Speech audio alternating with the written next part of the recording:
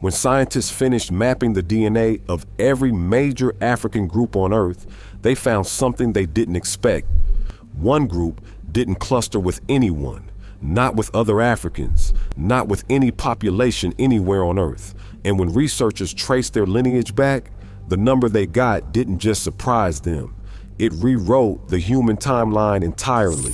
This is the story of the Khoisan people of the Kalahari Desert, and why their DNA may be the most important genome ever sequenced. Before we dive in, comment where you are watching from and click subscribe. Let's start with something that most people get completely backwards. When the average person thinks of genetic diversity, the raw variation in DNA between people, they imagine that the biggest differences exist between continents, between Africans and Asians, between Europeans and indigenous Americans. That's the intuitive assumption.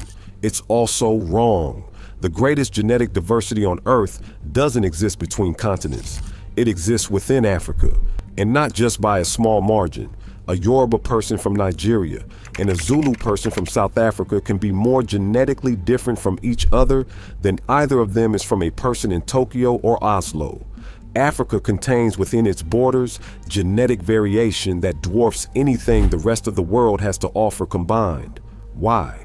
Because modern humans have lived in Africa for over 300,000 years. Every other human population on Earth descends from a relatively small group of Africans who left the continent somewhere between 60,000 and 80,000 years ago. That migration, the Out of Africa event, was a genetic bottleneck, a pinch point. Like pouring water through a funnel, only a fraction of Africa's genetic diversity made it through. The populations that stayed behind kept accumulating variation, kept diversifying, kept branching for tens of thousands of years more. Each generation added more variation on top of what was already there. The result is a continent where the genetic distances between neighboring ethnic groups can be larger than the distance between any two non-African populations anywhere on Earth. Africa doesn't just have more people, it has more genetic history, more evolutionary depth, more variation per square mile of territory than any other place our species has ever lived. This is the backdrop, and it is essential for understanding why what scientists found when they began systematically mapping African DNA is so extraordinary. The effort to comprehensively sequence and compare the genomes of African ethnic groups has been building for years. The Human Genome Diversity Project laid early groundwork. Then came the H3 Africa Consortium, the Human Heredity and Health in Africa Initiative, which brought together researchers across 13 African countries to sequence more than 400 complete human genomes from 50 distinct groups. In 2023, a landmark study published in the journal Science Advances analyzed over 1,333 individuals from more than 150 ethnic groups across Cameroon, the Republic of Congo, Ghana, Nigeria, and Sudan, providing a level of genetic resolution for those regions that had never existed before. The 2026 AgenDA project, published in Nature, expanded the scope further, targeting underrepresented groups across 9 African countries to fill gaps in the global genomic record. And through all of this research, one finding kept surfacing, buried in the data, appearing in study after study, impossible to explain away. One African group did not fit. One group sat so far outside every known genetic cluster that scientists at multiple institutions independently flagged it as an outlier of historic proportions. That group is the Khoisan. The Khoisan, also called the San, or informally the Bushmen, are the indigenous hunter-gatherers of southern Africa. They live primarily in Namibia, Botswana, and South Africa, clustered around the Kalahari Desert. Today, their population numbers roughly 100,000 people. They are among the most studied indigenous groups in the world and among the least understood. They speak languages built around distinctive click consonants, sounds that do not exist in any other human language family. Their culture is ancient beyond most people's comprehension. And their DNA, according to every major study that has examined it, is unlike anything else on Earth. Here is what the science actually shows. When researchers perform what is called principal component analysis, a method that takes the genetic information of hundreds of thousands of individuals and maps them onto a kind of multi-dimensional coordinate grid, grouping people by genetic similarity, every major human population clusters together in predictable ways. East Asians form a cluster, Europeans form a cluster, West Africans form a cluster, East Africans form a cluster, pygmy populations from Central Africa form their own distinct cluster, and then, sitting alone at a vast distance from every single one of those clusters, are the Khoisan. They do not cluster with any other African population, and they do not cluster with any non-African population. They do not even cluster cleanly with each other across all their subgroups, because the diversity within the Khoisan is itself so ancient that individual groups within them are more genetically different from each other than a typical European is from a typical East Asian. They occupy a genetic position that is, in the most literal scientific sense, their own. A study published in Nature Communications that analyzed 420,000 genetic variants across 1,462 genomes from 48 ethnic groups stated it explicitly. Southern African Khoisan are genetically distinct not only from Europeans and Asians, but from all other Africans. The researchers who published the complete genome sequences of Khoisan individuals in the journal Nature noted something that captured the scale of the distinction perfectly. 2 Khoisan individuals chosen at random from the Kalahari were in terms of the number of nucleotide differences between their genomes, more different from each other than a typical Asian is from a typical European. Think about what that means. The genetic distance that took tens of thousands of years of separate evolution to develop between 2 of the most geographically distant non-African populations on Earth is smaller than the genetic distance you can find within a single small group of people living a few hundred kilometers apart in southern Africa. Think of it this way.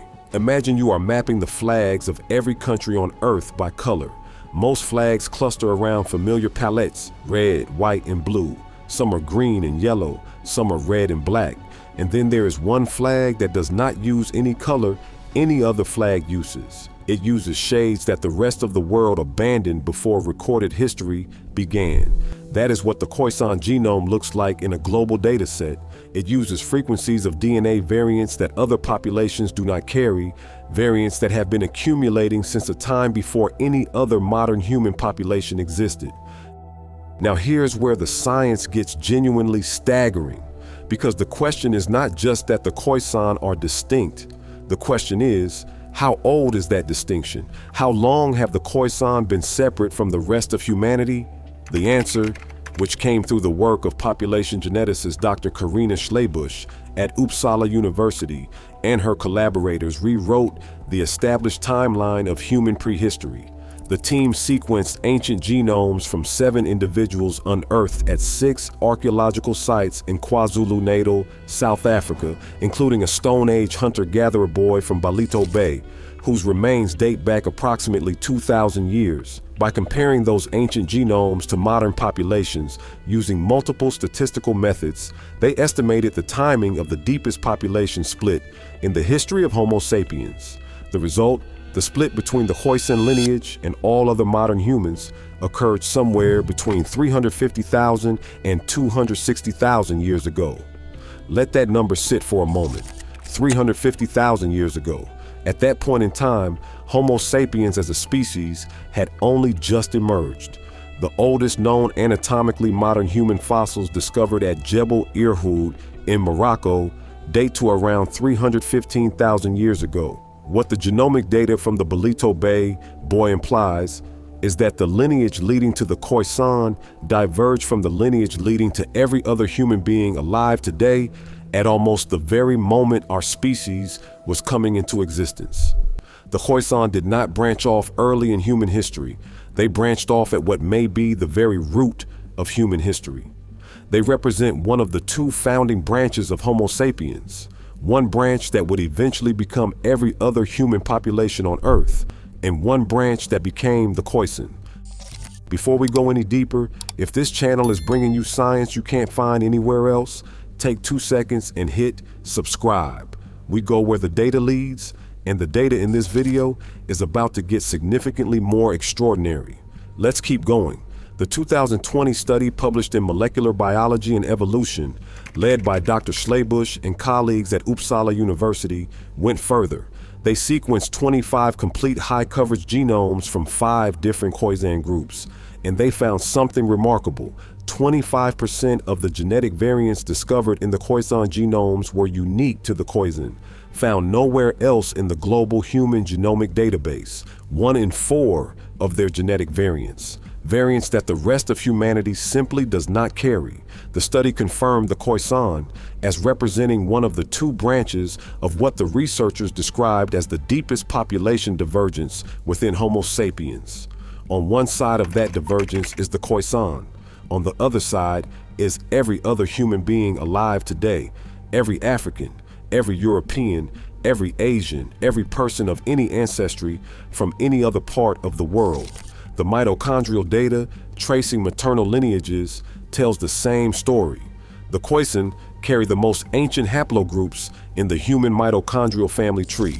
The deepest haplogroup, L0, particularly its subtype L0D, is found at its highest frequencies in the Khoisan. This is the lineage closest to what geneticists call mitochondrial Eve, the most recent common maternal ancestor of all humans alive today. The Khoisan do not just carry ancient DNA, they carry the DNA most directly connected to the origin of our species.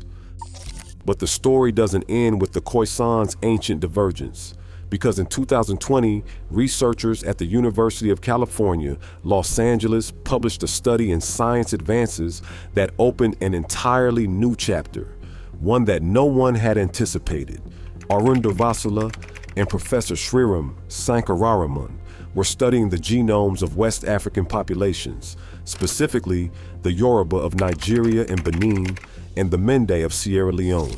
They were looking for signs of archaic introgression, traces of ancient interbreeding between Homo sapiens and other human species, the same kind of process that left Neanderthal DNA in Europeans and Denisovant DNA in people from Southeast Asia and Oceania. The science behind detecting this kind of ancient mixing is sophisticated. It requires machine learning algorithms that can identify DNA segments whose statistical profile is inconsistent with anything in the modern human genome, suggesting the segments came from a different species entirely. What Sankararaman and Durvasula found when they applied those methods to West African genomes stopped the field in its tracks.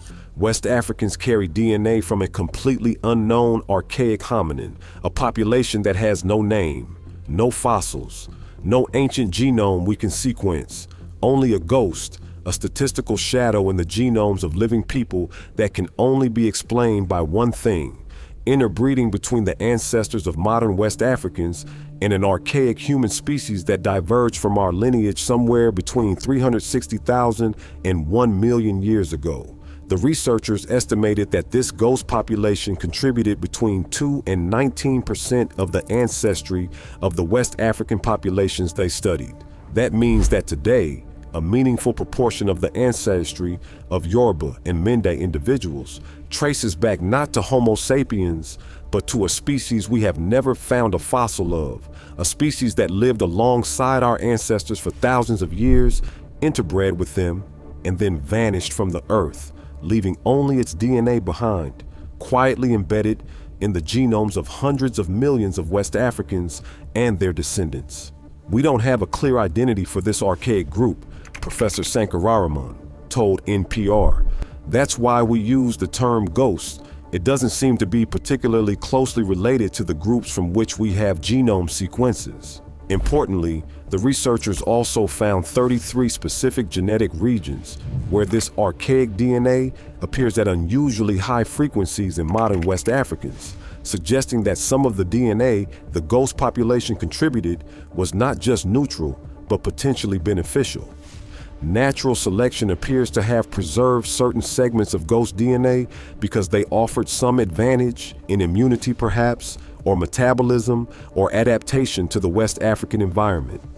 We do not yet know what those advantages are, but the fact that the DNA has been retained at high frequency across thousands of years of human evolution tells us that whatever it did for the people who carried it, it mattered.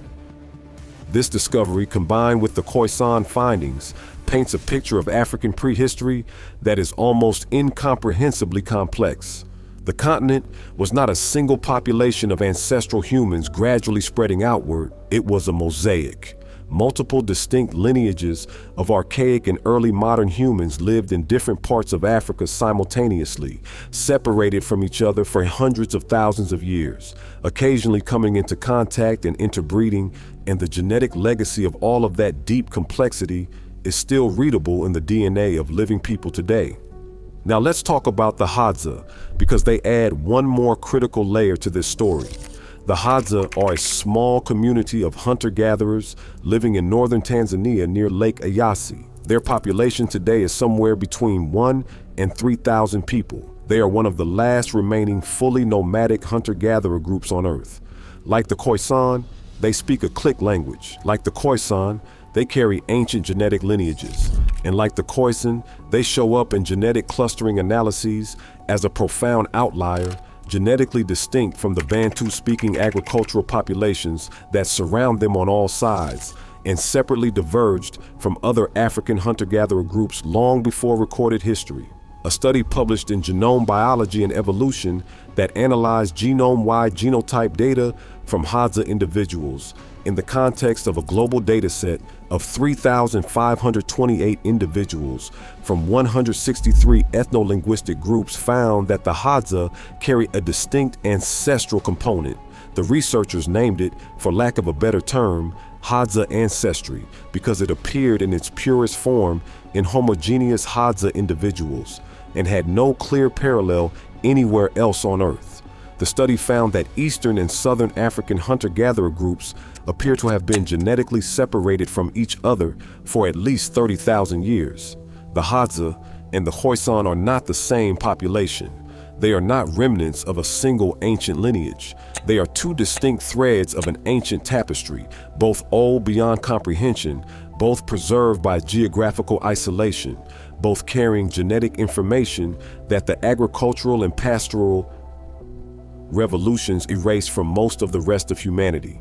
What this means is that the African continent did not have one ancient lineage of outlier populations. It had multiple pockets of deeply isolated human groups, each preserving genetic information that the broader stream of humanity has not carried for tens of thousands of years. These populations are, in a very real sense, living archives. Their DNA contains chapters of the human story that have been overwritten in every other human genome on Earth. So what does it all mean? What are we actually looking at when we look at this data? We are looking at the true depth of human history.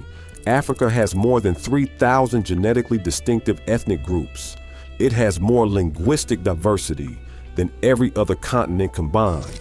It has populations that have been separated from each other for longer than the entire span of recorded civilization, not for centuries, not for millennia, but for hundreds of thousands of years. The Khoisan lineage diverged from the rest of humanity before our ancestors painted the caves of Lascaux, before the construction of any pyramid, before any human being had set foot in Europe or Asia or the Americas. They were already a distinct people, living, adapting, surviving for over 200,000 years before any of that happened.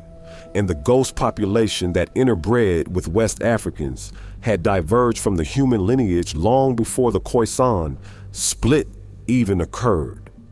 Africa was not a waiting room for humanity before it spread across the world. It was the stage on which the most complex, most ancient, most layered chapter of human evolution played out. And most of that chapter has never been found in a fossil bed or a cave. It has been sitting quietly inside the genomes of living people all along. The standard story says that Africa is where we all came from. The genetics say something more specific and more profound than that. Africa is not just the origin of humanity. It is the place where the oldest surviving branches of our species still live today. The Khoisan are not relics. They are not a remnant of something that used to exist. They are the continuation of a lineage that has been unbroken since the first chapter of the human story, a chapter that the rest of humanity has been separated from for so long that we lost even the memory of it. When scientists mapped the DNA of every African group on Earth and found one that did not fit, what they actually found was a mirror showing every other human population on Earth what humanity looked like before the out of Africa migration, before agriculture, before civilization, before we became what we are now. And what they found in that mirror is still alive, still breathing, still carrying their click languages and their ancient knowledge across the Kalahari Desert. Science is only beginning to understand what that means. But the genome has been telling us for years. We just needed to learn how to read it. If this gave you something to think about, share it and drop a comment below with what surprised you most. And subscribe.